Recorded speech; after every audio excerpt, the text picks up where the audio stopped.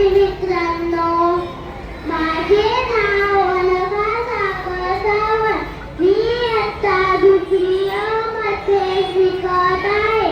आज जागतिक महिला दिनानिमित्त मी तुम्हाला 2 शब्द सांगणार आहे.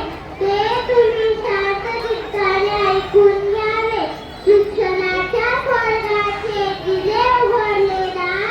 शिक्षणाच्या स्वर्गाचे दिले उघडले दार. हीच सावित्री आज देशाची शिलेदार. हीच सावित्री आज देशाची शिलेदार.